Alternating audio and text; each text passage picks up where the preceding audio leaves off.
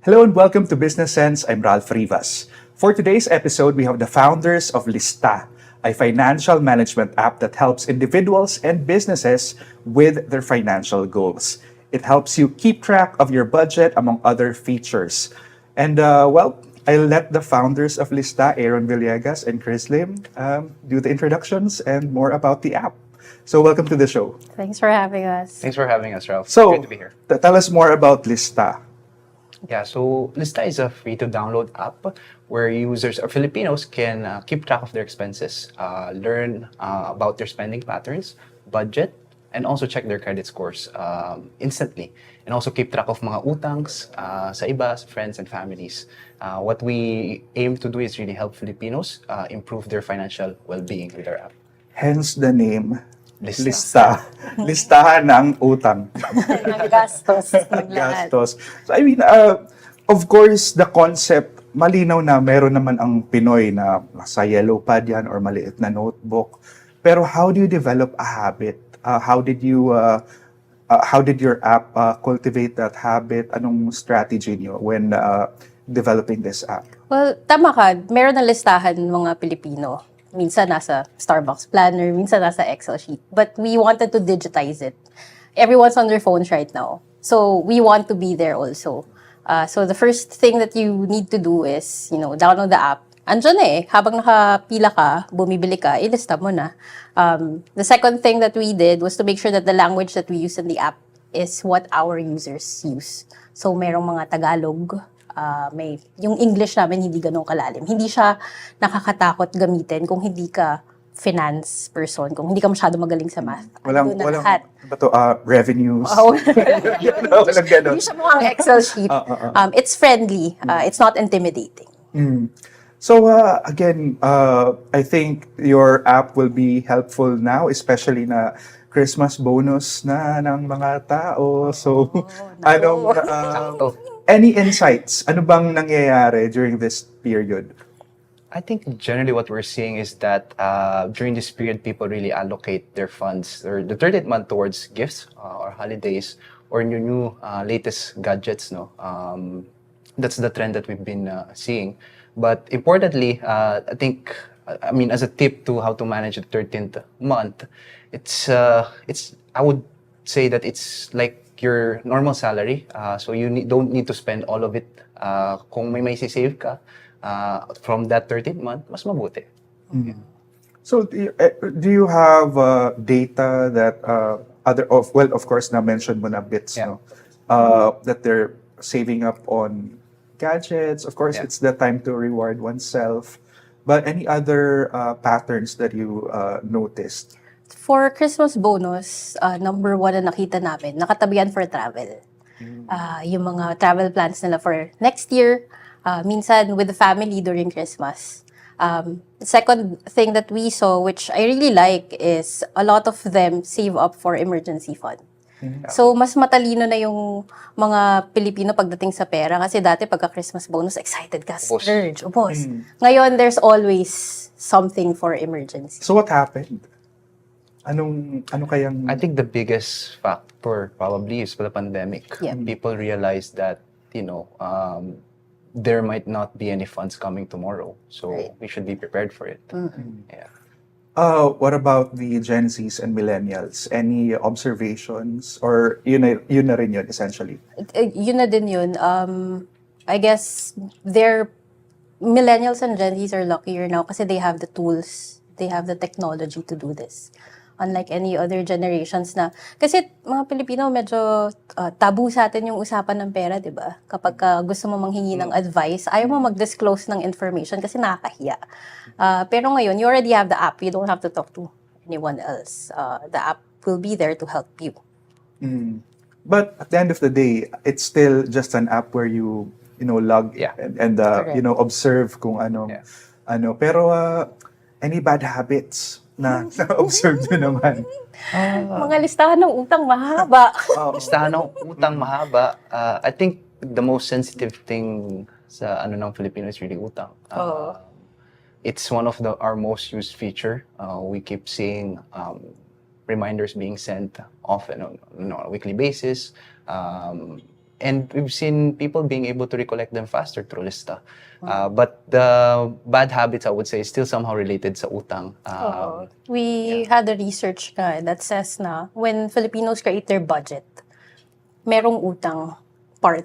Either itong kulang ko, utangin ko, o ito pambayad ko ng utang. It's always there. So there's always a deficit. Yes. Ganun na, I mean, at the start of the month, nakaisip na agad. Pero bakit kaya? I mean, is it because of, talagang kulang talaga eh? A lot of reasons. A lot of reasons, but I think it goes back to financial literacy, right? Financial literacy in the country, there's a few reasons why there's barriers. I think there's two main ones that affects these behaviors. No, so the first one is that it's not being actively taught in schools, which oftentimes means that children would learn from their parents how to manage their money. But what data shows is that 75% of Filipinos are actually literate. So what happens is that you have the 75% teaching the younger generation, and sometimes they inherit the bad habits, which is hard to remove. And then the second thing that creates barrier, as Khriz mentioned, is that it's culturally taboo. So when you think about money in our culture, it's somehow, sometimes it's negative, nakakahiyaan, and something to be kept as private. No? So, which leads to those behaviors. Yeah, but at the same time, ang hirap din kasi, I mean, with inflation surging, talagang, I mean, laging short. Yeah. So, any observations on how people are coping or any tips that you can share? I think the first one is lista. Ilista mo yung gastos mo and then you find out, alin ba yung kailangan? Alin yung pwede ko nang tanggalin? And then you work from there. Kung kulang talaga, then you find other additional sources of income. Kung meron kang regular job, baka pwede kang mag-side business. Baka pwede kang mag-freelance ng paunti-unti. Madaming mga online stuff that you can do to make more money, mga buy and sell. Yeah. I think generally I agree. So the number one thing is first keeping track of expenses. So you know where your funds are going in and out. Alam mo yung breakdown. Hindi kayo magugulat na lang na, biglang saan napunta, di ba? And the second part is really creating a budget and sticking to it. But the thing is, if you don't know how to create a budget, there are certain frameworks that works and that we've seen with our users, right? Yeah. One of those frameworks, for example, is the 70-20-10, which we automate within the app. So 70-20-10 is wherein 70% of your income is allocated towards needs, 20% towards savings, and 10% towards wants. So that's something that we've seen work. And then something that's really important rin when in terms of managing finances is really keeping track of your or having a financial goal, kumbaga, because it motivates you to work towards that. And a goal that should be somehow clear and actionable. You cannot just say, I want to be a millionaire by 30. So you would rather want to focus on the actionable things talaga. Pero parang hirap din lang yung wants. Di ba, syempre, kapag nagtrabaho ka, parang dapat toward the end of the month or 15-30, parang eto na, this is it. I can buy my stuff. Kaya importante na meron kang long-term goal and short-term. Kasi karamihan, yung wants nila palaging short-term lang na parang gusto kong mag-Starbucks or gusto ko ng bagong gadget. You also have to set, di ba? Hindi palaging short-term goals lang. Yeah. Pero, again, ang daming barriers. Ang hirap umutang, pati, especially kapag kailangan mong... Pero mas mahirap maningil. Yun yung nakita namin. Sa app namin, di ba, madaming listahan ng mga may utang. Pero it was really helpful kasi tinanggal namin yung barrier of emotion. Siyempre kapag ka may utang sa'yo, minsan sila pa yung galit, di ba? O mahihiya kang maningil. With the app, there's an automatic SMS sent na papaalala sa'yo in a polite way na, hey, we promised you to pay during this time, this amount. And we saw that there were... Pero hindi naman makongolekta. Reminder lang. Usually yun yung pinakamahirap, di ba? Reminding people. Kasi nakakahiya eh. And we saw that there was an increase in number of resolved na utang na mga nabayaran. So, yun. That's nice. But again, I think the barrier really is access to credit din. I mean, of course, hindi mo maiiwasan talaga eh. Kapag may kailangan ka, and eventually you can pay it off naman eh. Halimbawa, if naglista ka and you're able to estimate na, kaya ko tong bayaran, but at this point, kailangan ko lang talaga ng konting financial assistance. But again, not many people have that. Yeah, and I think what we've seen generally in our culture, no, parang when you try to access mga formal credit, it's hard. Ang raming requirements, pipila ka, tagal ng proseso, di ba? So what happens is that majority often leans towards informal credit, 5-6, di ba? So yun yung vicious cycle that I think we aim to try and solve rin. It's something that hopefully in a few years we can try to at least do our part to contribute. But I think that vicious cycle of having easy access to informal credit is what often brings down most Filipinos, quote unquote. Yeah. So far, what are the features of your app that helps address that, or flags certain things? Yeah. So I think the main ones is that besides the utang feature, we are able to give insights to users, meaning based on your income, expenses, or your utang, we're able to tell you and recommend certain actionable behaviors.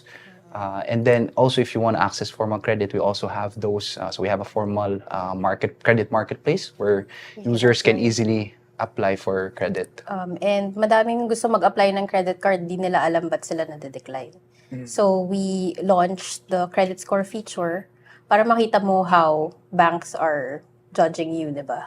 Kung bakit ba ako na-decline, siguro mababa kasi ng credit score ko. So that's already available in the app. And hopefully it would help Filipinos understand why they're not getting approved for a credit card, and we could help them improve the credit score so eventually they can have access to these formal lending needs. But so far, what does the data tell you from the credit scores? I mean, anong impression niyo or what's the profile of your users so far? I think in terms of profile ng users that are interested in credit scores, they're generally from age 26 to 39. So you have the somehow Gen Z millennial who's very proactive in checking their scores. Sometimes month over month pa nga chine-check nila eh. Most of them live in the metro area, but we also have users in the Visayas and Mindanao region who's actually checking their scores. There's certainly room for improvement in terms of the actual quality of scores, siguro kung mas mataas. But generally, what we're seeing is that I think 40% of the ones who are trying to check their scores on Lista, they're fair to good credit scores.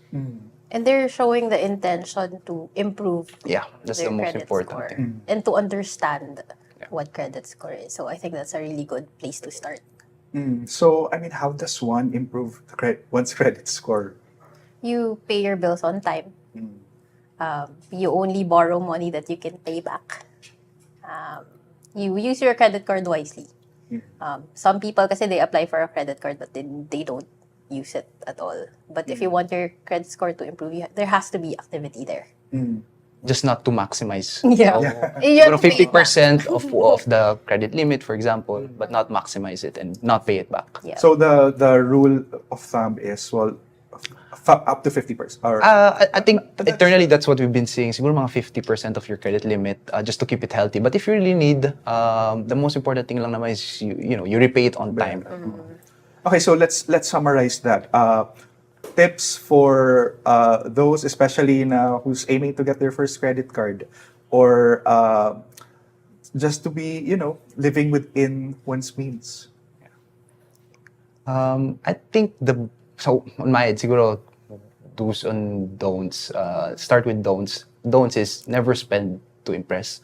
I think in our culture, oftentimes gusto natin ng latest gadget, latest sapatos, latest clothing, right? Just to impress maybe people that we don't even know on social media, that maybe we don't even like. But I think that's the number one thing to try and avoid. In terms of do's, as mentioned, creating a budget, sticking to it, and keeping track of your expenses and having a financial goal. But the most important thing is that you kind of grow the gap from what you earn to what you spend. And you can do that by either earning more, spending less, or both. But if you're young, I would say that it's better to focus on gaining skills that would help you earn more, diba? But maybe if you're later in your career and you have high spending patterns, I think we would try to bring it down. But the most important thing is you grow that gap between your earning and your spending. Anything to add? You know, knowledge is very important. Knowing how banks see you as a consumer is also important. So having access to credit score, I think is good. Something that Filipinos never had before us. So I think that's a really good place to start. So you'd see your activities. Yeah. Now that we discussed in detail yung mga issues on financial literacy, what to do with your Christmas bonus, let's get to know you guys and the story of Lista. How did it start? Well, we go 2021. 2021. So that was, I think, right after the pandemic. During the pandemic pa. I think the last phase of it. yeah. No? We met because at that time we got introduced by a common friend who was kind of coaching me on the side on what to do next in terms of the idea, and then we got connected. And we, at that point, we really wanted to try and digitize the transactions of, you know, at that point of time, it was mostly sari-sari stores because alam mo naman, yung mga sari-sari stores sa likod ng papel sila or ng mga ano nung cigarettes nagsusulat nila.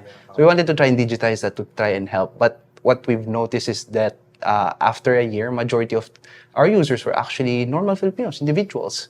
And so that's how we kind of shifted towards the personal space, and we launched features such as budgeting and credit scores, for example. Yeah. So, of course, I mean, this bright idea of yours needed money. So, how easy or how hard was this to pitch to investors? To me, it was extra difficult because I was pregnant. Oh. And Baka yun yung pampaswerte. siguro nga. Probably. I guess swerte lang kasi we didn't have to fly so much. Yun yung difference before. You had to go to the country where investors are. So we were in Zoom all the time in different time zones kasi meron sa US and in different countries. And we're first time founders. So, may time na anong ginagawa natin? So parang, I mean, I'm curious din ako dyan kung paano, how do you even pitch, di ba? Parang, ano ba, cold pitch ba? Parang, may possible business venture ako, kikita to. I think the one thing that I learned during that time is start with the problem that you're trying to solve. And then they will automatically understand na parang, gets go. Yeah. I think start with the problem, why you're the right person to try and fix that. So you need to have that founder market fit in a way on why you're the right person. And then obviously as investors, they want to see how this company can grow. As much as possible, these investors aim for $1 billion outcome. It's really hard. There's 1% probably, like very, very small percentage of companies can make it that way, no? But they want to see a company grow. So I think if you can show the problem, why your solution, why you're the right person, and the growth, this growth potential, I think you're on your way there to getting a yes from them. At the end of the day, they want to back winners. They want to back companies that change things, right? Yes. So, yeah. But at the same time, ito, kakagaling ko lang din sa isang, startups pitching their ideas to potential investors. And interesting discussion to put it lightly, no? Parang one concern was that their valuations sometimes are crazy na parang ganun. So how do you I mean, of course you want to impress, di ba? Pero sometimes there's a certain limit, right? Parang, of course. So how did you craft by this by this year? I mean, what's your advice to startups who, I mean, I think all potential founders believe, di ba, that their idea is $1 billion idea. You have to. You have to somehow as a founder, right? Oh. But I guess in terms of valuation, it's always going to be subjective. Everyone is going to have different opinions, right? Yeah. Whether if it's an investor that might not be suited for this company, they would say that this valuation is crazy because they cannot understand it. So then at the end of the day, it's very subjective, but it all boils down to the numbers and the data. If you have a historical data of what you've achieved and what If you have a solid plan on how exactly. to achieve your goals, then you should be okay. you should, yeah. And you need to justify the valuation whether through numbers or actionable plan, basically. So, when you closed your first deal, anong feeling? Can you take me back to that day? I remember I think we were having dinner, and then we were waiting for news. Yeah, I think it was exciting. Exciting, yeah. It was the same time I think she found out that she was actually pregnant. So almost at the same time she had two babies. She had an actual baby and then she had the startup. Yeah. But it was satisfying in a way that we were able to fundraise. But now you need to think as a founder, it doesn't stop there. Now you have responsibilities. You have investors to make happy. You have users to make happy, right? So I think it's okay to celebrate for that day when you receive the news or you get your first yes. But then remember to go back to working and your head's down to talking to users because that's all that it matters at the end of the day. Yeah. Okay. Touchy question, but I will still try to ask. Kumusta finances? Lista. I would say we've been lucky. We've been growing exponentially. We started the company back in mid-2021. We've been able to close 3 rounds of funding from investors regionally. So top-tier investors who've invested in mga unicorn companies now, right? So we've been lucky to get their guidance and be at this position. We still had a lot of work to do ahead of us. But in terms of number, we're doing really well, especially right after we launched the credit score feature where we pioneered that space. There's certainly improvements, but everyone is excited about it, and we've already been receiving so many inbound interest to keep supporting the growth, essentially. So, any tips for someone who's about to do an elevator pitch? Anong mga dapat laman nun? Anong dapat sabihin, or how long or how short should it be? Well, elevator pitch, of course. 20 seconds. Again, it all boils down on how you present it, di ba?